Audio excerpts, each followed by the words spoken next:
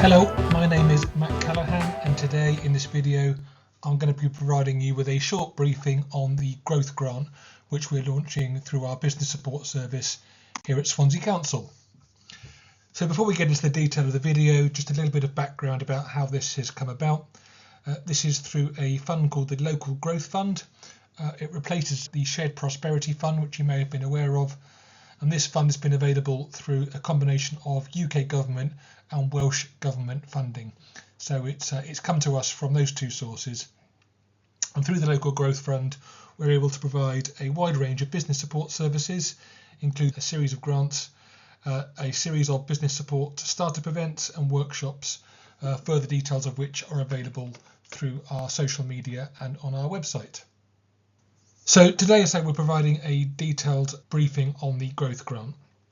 So first thing to say is, what is the scope of this growth grant? This is available to established businesses only. So we have a separate grant for pre-start businesses, and therefore this one is for established businesses only. And what we mean by that is businesses that have been in existence for a minimum of 6 months at the point of application. Now, well, there are two key criteria which you need to think about when applying for this, and this has to apply, both of these have to apply to any grant which you submit.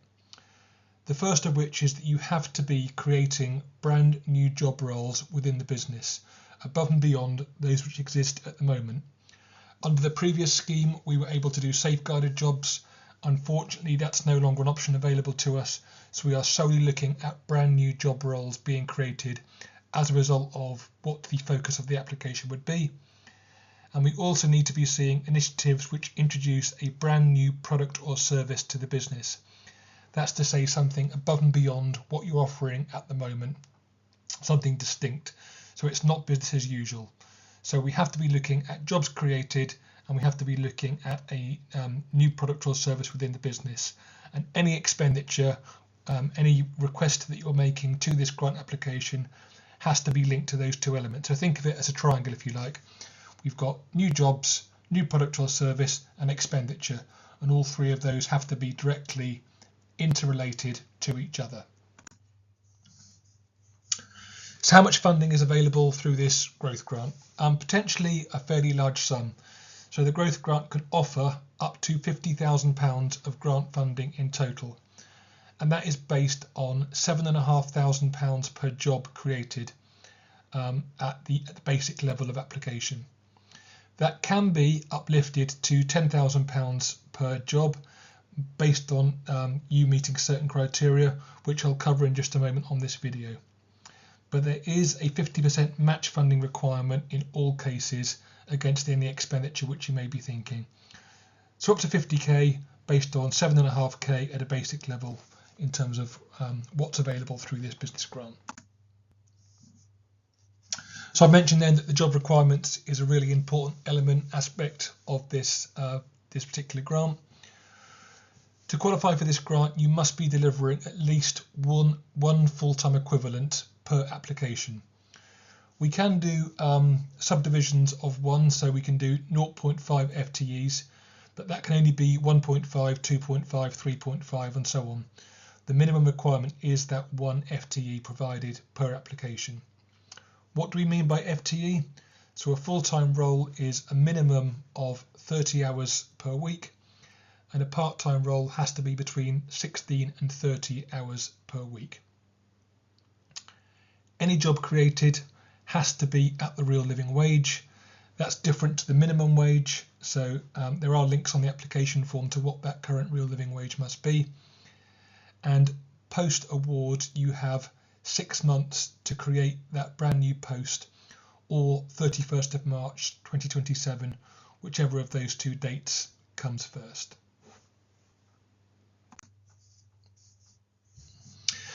So I mentioned just a moment ago that we can uplift by £2,500 from 7.5k to 10k if the job meets a certain requirement, and that certain requirement is linked to the salary at which that job will pay.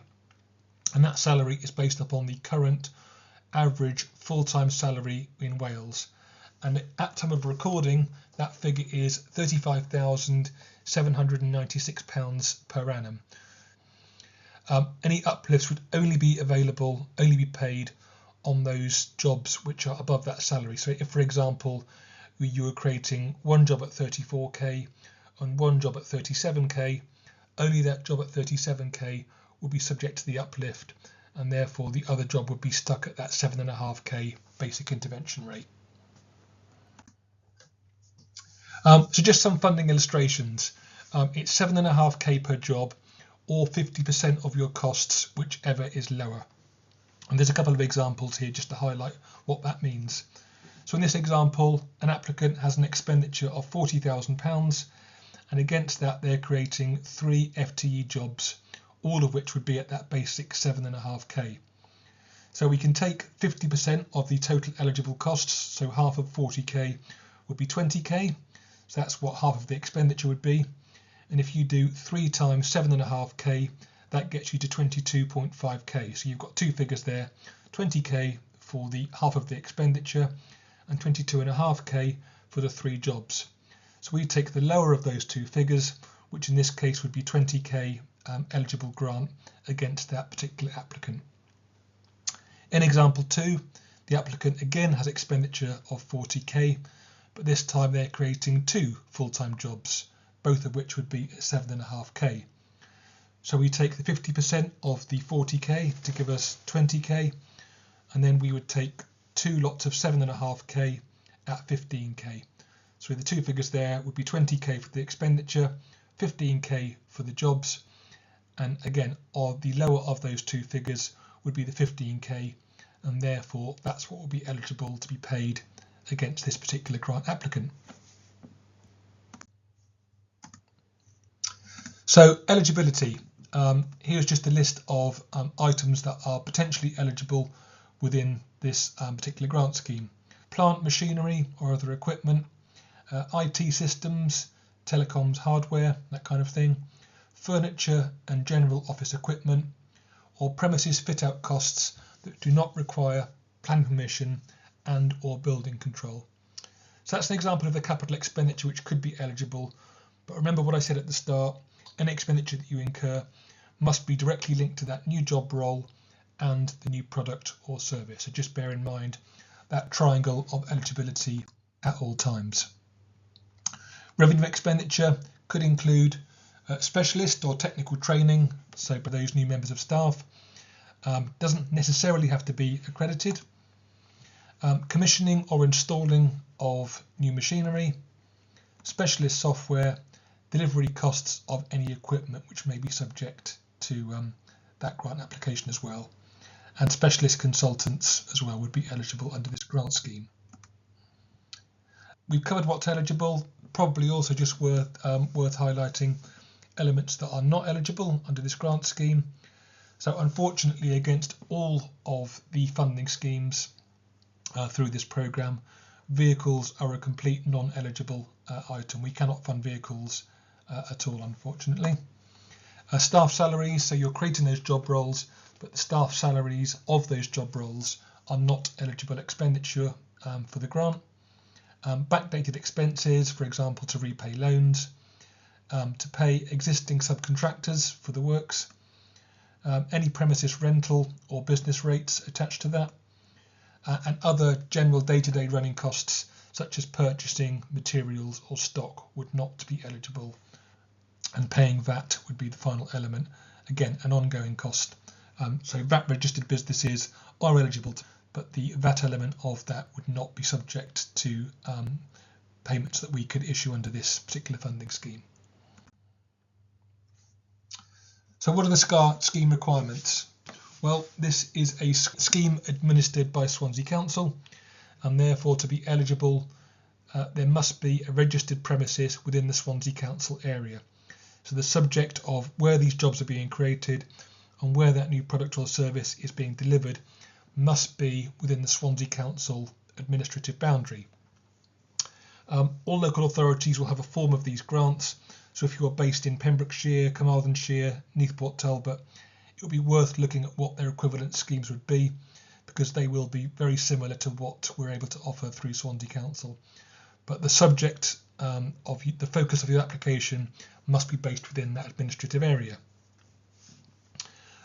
Applicants will be provided with an application form which they'll be required to fill. That will ask you to provide answers to questions around what the scope of the project looks like, what the jobs being created look like, and also obviously what's going to be your requested spend. But in addition to the application form, we'll also ask you to provide a business plan or summary along with a 12-month financial forecast, as well as a copy of the latest accounts for the business. We've mentioned quotes. You'll be required to provide 2 evidence quotes, of which only the lowest can be paid. So evidence means a supplier quote, for example. So we provide the quotes, but we have to see where that quote is coming from and who the supplier will be. The applicant must provide 2 forms of ID, one of which must be photographic, so typically a driving license or a passport. And depending on the nature of the business, you'll also be required to provide a safeguarding policy if you're working with children or vulnerable adults, an equalities policy if you're employing staff, and also be able to answer questions on the Welsh language or your Welsh language policy. This one frightens people a little bit. Don't worry too much. We're not asking you to be fluent in Welsh or complete Duolingo. It's just a nod basically to the fact that you're aware that the Welsh language is important and you'll take reasonable steps to accommodate that. Normally just putting a reference to Hello Blod, which is the free translation service from Business Wales, would be sufficient to get you past that question. Further scheme requirements. It's important that applicants have no arrears on their council tax or business rates. When you submit the application, we will run checks with our colleagues in tax and benefits, and therefore if you do have arrears on council tax and business rates, that will be flagged, and therefore we wouldn't be able to continue the application. So if there are arrears, we would need those to be cleared before the application can be progressed. We can only fund expenditure not yet incurred, so anything that you've paid for, committed to before the application would not be eligible. So how this scheme works is that you go through the application process. If approved, you would then get the green light to go ahead, make those purchases and claim back the proportionate amount of grant costs. But it's essential that you do not incur any of the expenditure which is subject to the application before you've been through that assessment process and had your grant approved. Otherwise that will become ineligible expenditure. And finally, we've got 4 grant schemes which are being run through LGF. Businesses can apply for up to 2 of those 4 LGF funds, but only to each of those schemes once and to a maximum combined total of 50k. So if you did go for the maximum 50k grant on the growth fund, that will basically rule you out of being able to apply for any of the grant funding. So the ceiling of any 2 grant funds can be no more than 50k. So the process then, applicants would be required to complete the application form, which I've covered, and provide all of their supporting evidence to that document. You would then go through a compliance stage just to make sure that everything you've submitted is as required. We've got all the required supporting documents that we need to progress the application form. It would then be passed to one of my colleagues within the business team who would evaluate that application, make an initial assessment with a recommendation for our grant panel, and that obviously would be assessed and judged by our grant panel, who would make the final decision on whether to award that grant or not.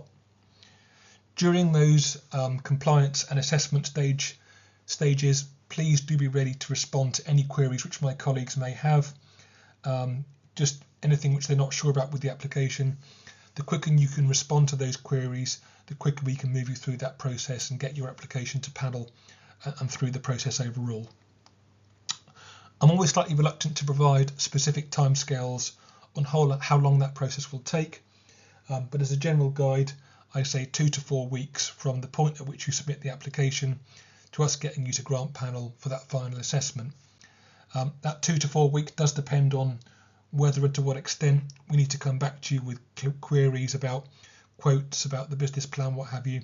So the more up and together you can provide the application, the fewer queries we need to come back to you, the more likely it is to be closer to the 2 weeks than the 4 weeks. But that 2 to 4 weeks is just the general guidance and not a hard and fast rule. If you go through the panel and if you're approved, you would then have 2 months to complete your claim, i.e. submit, carry out all of your expenditure and submit your claim.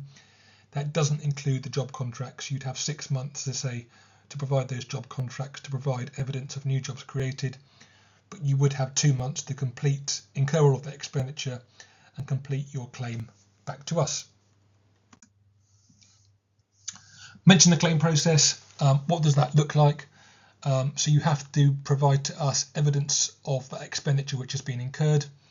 So that would obviously include receipts or paid invoices to show that that work has been carried out, paid for, that cost has been incurred effectively. We would need bank statements or credit card statements, which again would need to match the receipts and paid invoices, so we can see that it is you or your business that has incurred that expenditure. And when you get your offer letter, you'll be provided with a claim form. You have to complete the claim form, sign the offer letter, and get that back to us in order to complete the claim and us to get the money back to you. Normally we would need probably 2 to 3 weeks to complete that claim before the funds are in your account. So from a cash flow perspective, just be aware that you would have a gap of maybe 2 or 3 weeks between the point at which you submit your claim and those funds landing back in your account. If cash flow is a huge issue for you, we can do stage payments. So you buy some of the items, get reimbursed for it, buy some more of the items, get reimbursed for it. We can do that in 2 to 3 stages.